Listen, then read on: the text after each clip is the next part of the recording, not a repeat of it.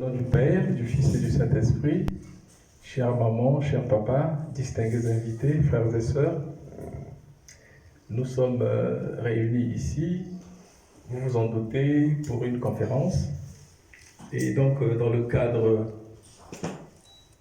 de la promotion du nom de Papa Simon Kibangou et toujours dans le but de faire rayonner notre Église, l'UJP Montreuil a eu l'opportunité de recevoir l'invitation de Papa Nzekani.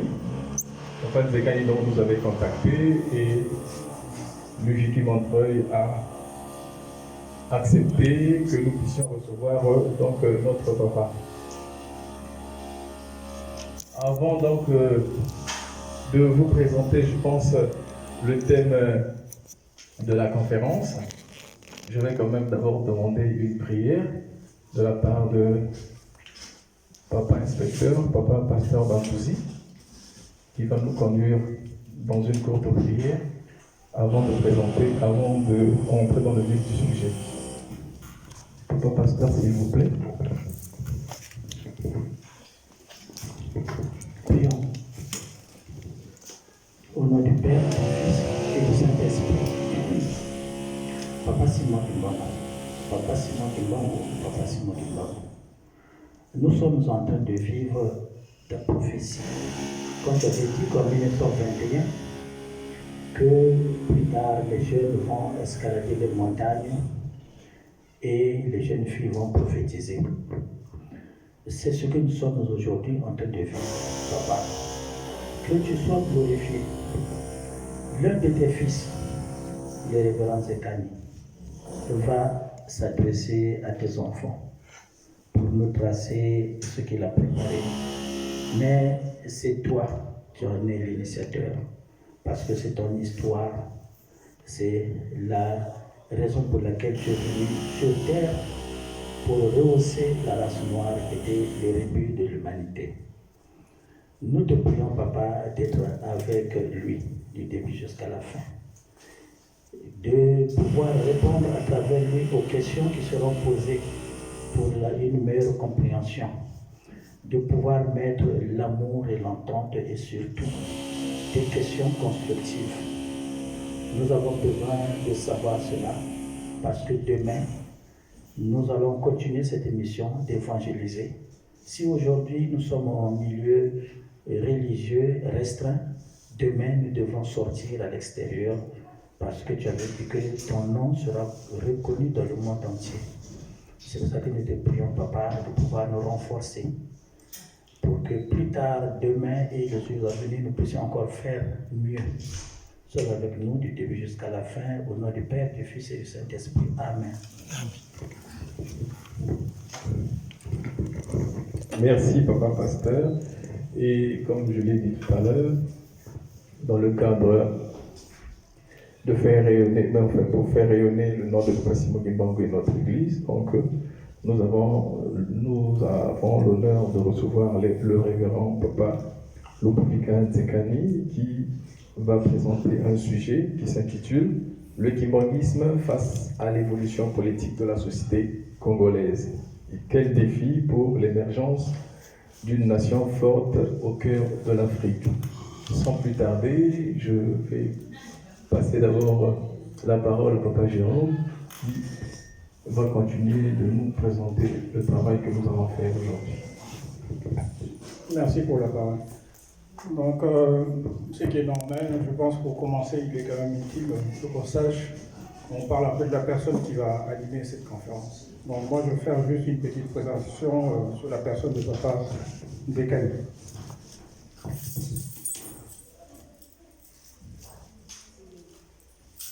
Alors, qui est le conférencier de ces jours, qui est Papa Lubovika Nzekani.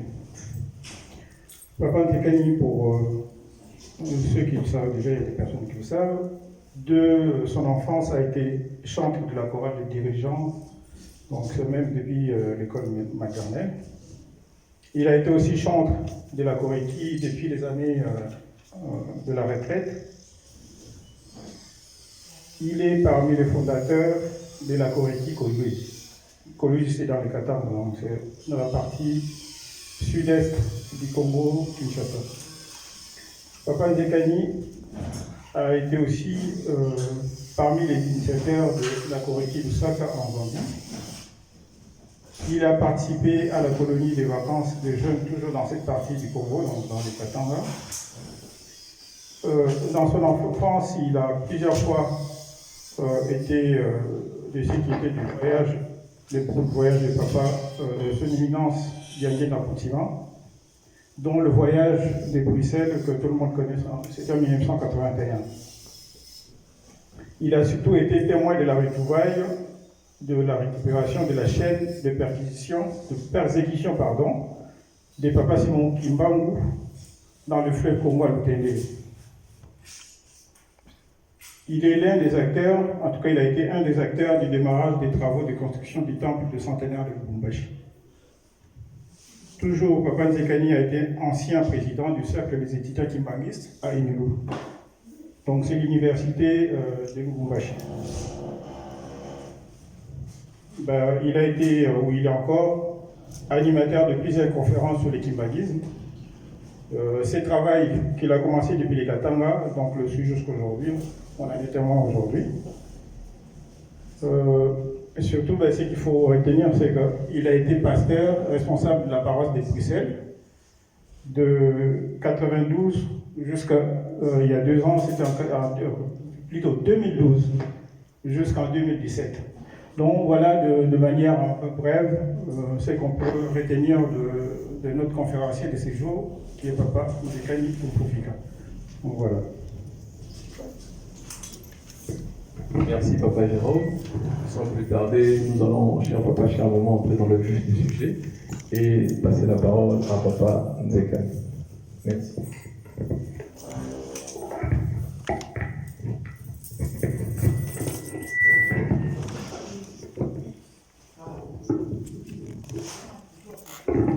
Au nom du Père, du Fils et du Saint-Esprit, premièrement, nous tenons à remercier l'auditoire ici réuni. Et cela pour l'intérêt que nous venons d'accorder tous à la réflexion que nous allons partager tout à l'heure. Et nous présentons aussi nos excuses parce que par rapport à l'heure qui était prévue, nous sommes arrivés après l'heure.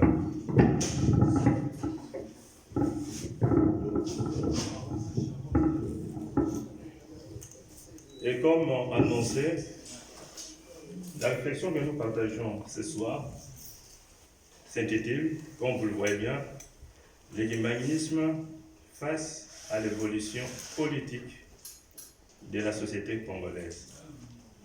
Quel défi pour l'émergence d'une nation forte au cœur de l'Afrique.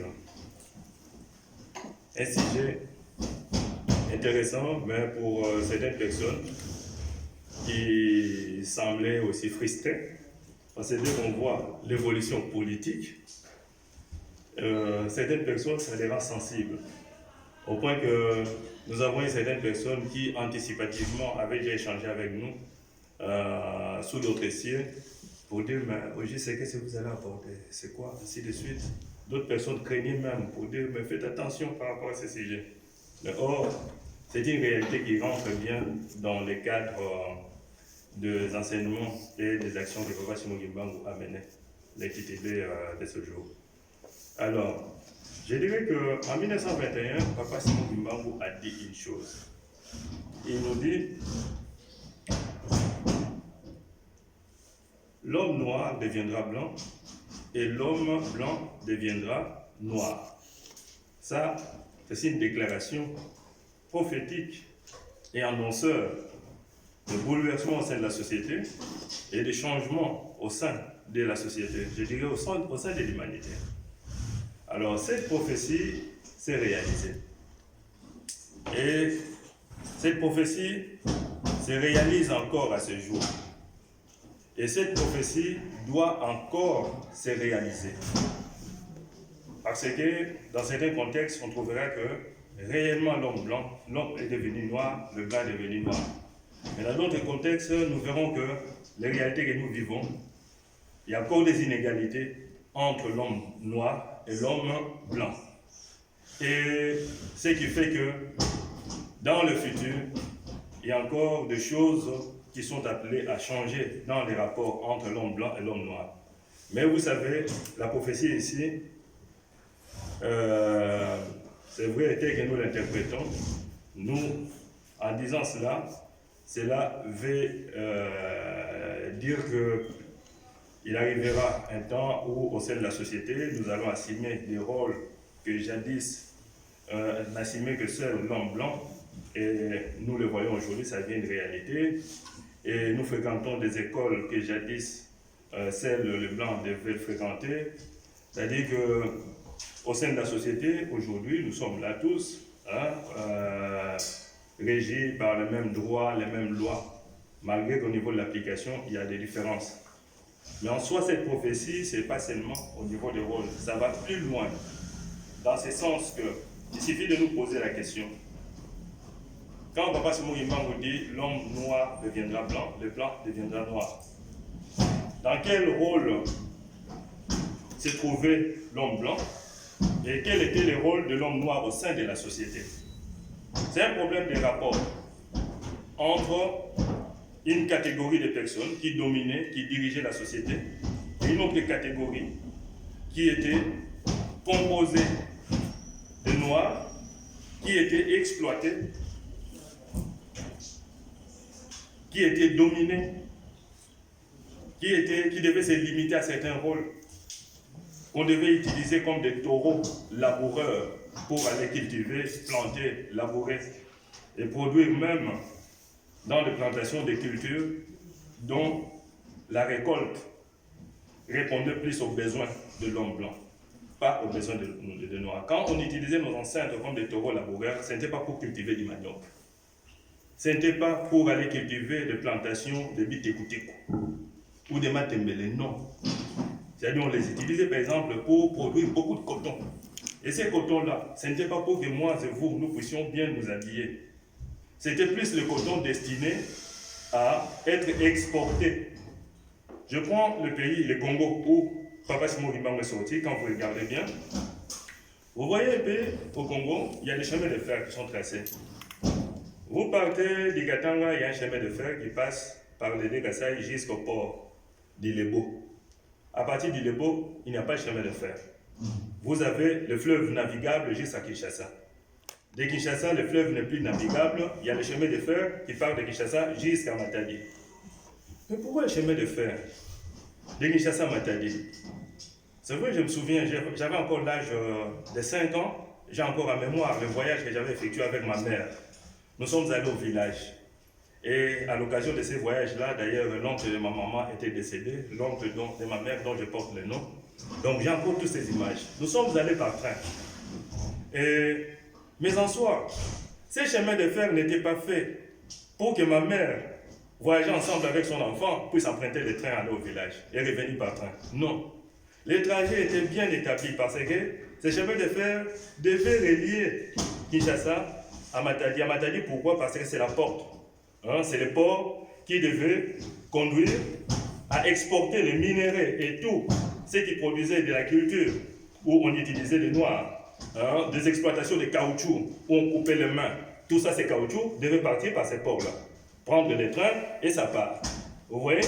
Donc, le chemin de fer tracé du Katanga jusqu'au Kasai, c'était pour amener les produits du Katanga vers le Kasai, on les met au fleuve jusqu'à Kinshasa, Léopoldville. De Léopoldville, on chemine par train jusqu'à Matadi. Si le fleuve à Kinshasa était navigable, il n'y aurait pas de chemin de fer entre Kinshasa et Matadi. Parce que tout passerait par le fleuve. Mais ce n'était pas navigable. Il y a des crues, des chutes terribles. D'ailleurs, c'est pour cela qu'on est allé à l'Otendele pour jeter Papa Simon Kimbangu dans l'eau. Parce qu'on savait que c'était une partie où il y a une turbulence forte. Et en jetant Papa Simon Kimbangu là-bas, il n'avait pas de chance de survivre. C'était cela. Donc, c'est pour voir que tout cela a été taillé, ce n'était pas en notre faveur. Bon, ce n'était pas pour notre bien, mais c'est parce que l'homme blanc d'ailleurs ne pensait pas qu'il quitterait le Congo. Ouais, il traçait tout cela aussi, il a mélangé des choses en fonction de son exploitation. Dans les rôles on était, donc les rapports sociaux devaient se bouleverser. Les rapports sociaux devaient se bouleverser. Papa Simon Imam venait inverser les choses. De la même manière que nous avons vu en Kamba une carte d'Afrique renversée, qui est à Paris, qui est bien clôturée, là où est apparue la carte d'Afrique, tout près du terrain de l'hélicoptère. Cette carte sort à un endroit où on a clôturé, vers les escaliers, mais la carte n'a pas la forme normale de la carte d'Afrique. Et elle est tournée. L'Est se trouve à l'Ouest, l'Ouest se trouve à l'Est. Donc c'est pour annoncer, tout ça, ça annonce le bouleversement, d'une part aussi. Donc le monde en bouleversement. Et l'homme noir deviendra blanc, le blanc deviendra noir. C'est un rapport de force, c'est des rapports de force qui doivent se bouleverser. C'est-à-dire dans le rôle où se trouve le blanc, ce rôle-là bouleversé, c'est-à-dire c'est l'imitation sur tous les plans. Sur le plan social, vous voyez, sur le plan politique, sur le plan économique, sur le plan culturel. Sur le plan culturel, par exemple, la meilleure des cultures, ou ce qu'on considérait comme valeur culturelle, c'était les valeurs de blanc. Jusqu'aujourd'hui, quand vous allez à Kinshasa, on vous met les matembele sur une table, on vous les présente pour manger, et là, on ouvre une boîte de corps de bœuf importée du Portugal, et la plupart des gens vont vite sauter, ils vont préférer aller sur consommer la viande de corps de bœuf. Pourquoi? Ce n'est pas seulement par le goût. Mais depuis toujours, on nous a convaincus que les meilleures choses venaient de l'Occident, de l'homme blanc. Donc culturellement, on nous a aliénés aussi comme ça. Donc tout ça, ça doit être bouleversé. Oui. À partir du moment où nous comprendrons que les kikalakasa, les matembele, les biteku-teku, ça protège la santé, ça n'apporte pas du cancer d'ailleurs. À partir du moment où nous comprendrons que la boîte de sardines qu'on nous importe aujourd'hui, ça crée beaucoup de maladies aujourd'hui, le cancer et tout ça, nous comprendrons que nous devons nous attacher à nos propres valeurs, à tout ce qui est à nous. Et la prophétie de Papa Simon Guimang, nous disons, doit encore se réaliser, parce que même aujourd'hui, nous l'avons constaté. Vous allez en Kamba même. Je prends l'exemple de Kamba, pourquoi? Parce que là, c'est des passions pour nous. Quand nous disons, nous les savons, Evan Delo et Tatan Zambé, au centre. Mais quand nous arrivons là-bas, je vois, nous avons un homme qui est grand, qui est plus grand, qui ne peut pas être égalé. Il est là. Mais des fois, on voit, nous sommes impressionnés par certaines personnalités qui viennent. Il n'y a pas une personnalité qui puisse venir dans ces milieux qui dépasse celui qui loge là-bas. Mais vous verrez, par exemple, une éminente personnalité blanche qui vient, vous voyez tout le monde qui suit derrière. Vous voyez, je vois un Werrason qui va en Kamba, vous voyez même des adeptes, des mamans, tout ça, tout le monde, puis il va vers Werrason. Alors de l'autre côté, il y a papa qui est là. C'est-à-dire qu'on a encore impressionné vers certaines choses qui brillent, mais qui n'est pas de l'or. C'est-à-dire au niveau culturel, un homme blanc, quand il arrive là-bas, pas seulement qu'on va lui entourer de soins parce que nous avons la mission d'accueillir des étrangers, toutes les nations du monde, mais surtout aussi, jusqu'aujourd'hui, vous constaterez que nous avons toujours ce complexe-là aussi d'être devant une peau blanche ou devant une peau noire. Or, tout ça, c'est des choses qui doivent être bouleversées, changées dans nos mentalités. Ça doit bien être dans nos mentalités. Nous devons nous considérer dans notre valeur. Alors, une chose est vraie, en disant que l'homme noir deviendra blanc, le blanc deviendra noir, nous devons retenir une chose. Lorsqu'on parle de développement d'un peuple, le développement dans une société, c'est un fait social qui va ensemble avec la culture. Vous voyez? Et ça va ensemble aussi avec l'épanouissement spirituel. Au niveau des scientifiques, il y a un auteur scientifique qu'on appelle Max Weber. C'est un scientifique parmi les classiques, connu très souvent. Sa pensée est exploitée par tout le monde. Les sociologues, les historiens, les économistes, tout le monde l'étudie. Oui. Vous pouvez prendre tout économiste français ici, poser la question, il les connaît, cet homme-là. Vous prenez tout sociologue, tout historien, il les connaît. Alors, lui, il a mené dans ses recherches, il a démontré une chose. Il a démontré que l'économie capitaliste prospérait mieux dans une société où se pratique la religion protestante. Vous voyez?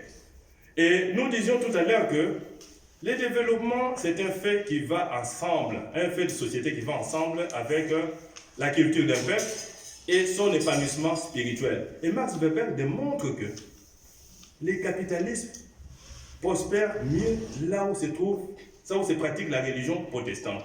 C'est tout dire par rapport à la relation entre les spirituels et la vie sociale d'un peuple. Vous voyez? Alors quand nous regardons dans le monde, vous verrez que il n'y a pas un peuple qui se développe sans spiritualité. Les peuples asiatiques se développent en s'appuyant principalement sur les religions de leurs ancêtres. Vous avez le taoïsme, le confucianisme, le bouddhisme, l'hindouisme, tout ça, c'est des religions traditionnelles que vous retrouvez chez les Asiatiques. Ils sont accrochés aux religions de leurs ancêtres. Et c'est cela qui fait la force aujourd'hui. Vous avez la Chine qui monte. Vous avez le Japon qui peut contester la grandeur technologique ou de développement du Japon. Personne à travers le monde. Et c'est pour cela qu'on a interdit au Japon une chose. Le Japon ne doit pas toucher à la bombe atomique. Parce qu'ils sont très intelligents. C'est que s'ils touchent à la bombe atomique, les autres nations qui se disent grandes puissances, ils seront à perte de vitesse, perdus. Et vous avez aussi le peuple d'Europe. Il y a toujours quelque chose qui m'a toujours rendu curieux. Ici en Europe où nous nous trouvons, moi et vous, allez-y en Belgique. Il n'y a pas un village, une ville que vous avez en Belgique où il n'y a pas d'édifice religieux construit. Donc il y a une église construite partout, même dans des petits villages. Ils ont eu le temps de construire des églises. Ça existe, ça pousse comme des champignons. Et ces constructions-là ne datent pas de maintenant. C'est à une époque, oui, passée, qu'ils ont construit toutes ces églises. C'est que ça témoigne la religiosité de ce peuple. Dans ce continent où nous sommes venus, détrompons-nous, ils ont prié Dieu. Et c'est pour ça qu'il y a toutes ces églises-là. Il y avait des chrétiens, des fidèles dans toutes ces maisons-là. Ils ont prié Dieu. Et alors, cela veut dire tout simplement, c'est un indicateur pour dire que les peuples d'Europe se sont appuyés sur le christianisme, principalement le catholicisme comme spiritualité dominante. À côté de ça, il y avait le protestantisme aussi, mais le catholicisme a été la spiritualité dominante. Ça, c'est l'Europe. Donc l'Europe ne s'est pas développée sans spiritualité. Malgré qu'aujourd'hui, ce sont des sciences occultes qui ont pris surface.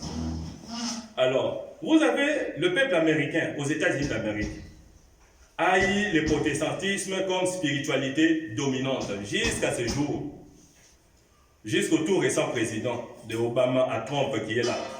Personne n'a accédé au siège, au trône présidentiel à la manière de leurs prédécesseurs. Donc il n'y a personne qui a accédé au trône sans mettre sa main sur la Bible. C'est un symbole qui n'est pas dit au hasard. Cela est dit au fait de leur appui sur la spiritualité protestante dominante qui a beaucoup marqué cette société-là. Et qu'en est-il des peuples d'Afrique? Pour ce qui nous concerne, sur quel modèle spirituel s'appuient les peuples d'Afrique? Vous voyez? L'Afrique, je pense que cette question, chacun peut essayer de répondre à ça. Dans son esprit, mais l'Afrique est un mélange de tout. Vous voyez, nous mélangeons tout. Si j'étais de l'Oreca, un bon cuisinier, je dirais que c'est de la ratatouille. Parce qu'à la ratatouille, on mélange un peu de choses et puis on produit une bonne chose. C'est une ratatouille spirituelle que nous avons en Afrique. Qu'est-ce que nous n'avons pas? Vous chercherez l'islam, vous ne trouverez pas. Il y en a. Le christianisme, sous toutes les formes. Et les sciences occultes, sous toutes les formes. Un phénomène tout récent à Kinshasa, quand les jeunes terminent les études, vont chercher du travail, on pose la question à nos jeunes, on leur dit, de quel réseau es-tu? Quand on pose la question sur les réseaux, nous savons qu'ils ont des réseaux Tigo, Vodafone, ce n'est pas ça. Comme nous avons les Liga mobiles ici et autres. Non, ce ne sont pas ces réseaux-là. Quand on te demande de quel réseau es-tu, donc tu dois répondre pour dire que tu appartiens soit à la franc-maçonnerie, à la Rose-Croix, à la Maïkari, et ainsi de suite. Donc de quelle science occulte appartiens-tu? Au sens là, on te ferme les portes. Parce qu'il y a des réseaux partout. Les gens se distribuent les gâteaux en fonction des réseaux. Vous voyez, c'est cela. Et pourtant, l'Afrique, cette ratatouille spirituelle et religieuse, l'Afrique n'est pas pauvre. L'Afrique a une réalité forte. La réalité Simon Kimbangu, le kimbanguisme. C'est une réalité incontournable. Vous savez, quand vous promenez à Kinshasa aujourd'hui, vous verrez sur tous les taxibus, la plupart, on affiche des photos de Simon Kimbangu. En affichant cette photo, les gens à qui appartient le taxibus, cela ne veut pas dire que ce sont des kimbanguistes. Ils ne prient pas à l'église kimbanguiste nécessairement. Mais dire que tout le monde se reconnaît en Simon Kimbangu. Nous avons aujourd'hui, ici en Europe, des phénomènes combattants. Les combattants partout où ils sont, ils ne gèrent qu'un seul nom. Souvent dans leur lutte, ils parlent de Mfumu Kimbangu, Mfumu Kimbangu, Mfumu Kimbangu. Beaucoup de gens se reconnaissent de Simon Kimbangu. Vous allez en Afrique de l'Ouest aujourd'hui, ça devient un phénomène aussi. Les gens prennent conscience qu'il y a un Simon Kimbangu qui existe en Afrique. Ça, c'est notre référence, c'est notre modèle. Donc c'est cela. Donc l'Afrique n'est pas pauvre, il y a la réalité Simon Kimbangu. Alors, ceci pose toute la question par rapport un peu à la question Simon Kimbangu. Papa Simon Kimbangu a développé, a réalisé un ministère parmi nous. Depuis le 6 avril, nous le savons. Et son ministère, il a enseigné, il a opéré des miracles, ainsi de suite. Il a réalisé beaucoup de choses. C'est pour cela, le kimbanguisme, nous les définissons tout simplement comme étant le christianisme résultant de l'ensemble des actions et des enseignements de Simon Kimbangu. Ça, c'est la définition que nous empruntons de son éminence Nyangenda Kuntima dans son livre Vert à la page 11. C'est ce qu'il dit, la définition qu'il donne, c'est celui-là. L'ensemble des enseignements et des actions de Simon Kimbangu. C'est ce qui fait le kimbanguisme. Vous voyez? Alors, dans le cas du kimbanguisme, Papa Simon Kimbangu a enseigné beaucoup de choses. Il a prophétisé. Dans les prophéties qu'il a faites, nous avons la fameuse prophétie. Son discours, le message de Mbanzansada.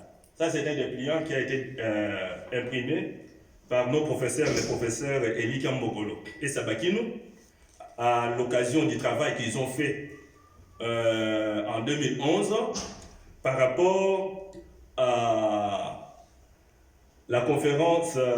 Bon, d'une part, c'était par rapport à la réhabilitation de Papa Simon Kimbangu en Mbanzangongo, et puis ce processus qui était accompagné aussi par rapport avec aussi la conférence internationale, c'est Simon Kimbangu. Donc, ils ont fait un grand travail par rapport à ça.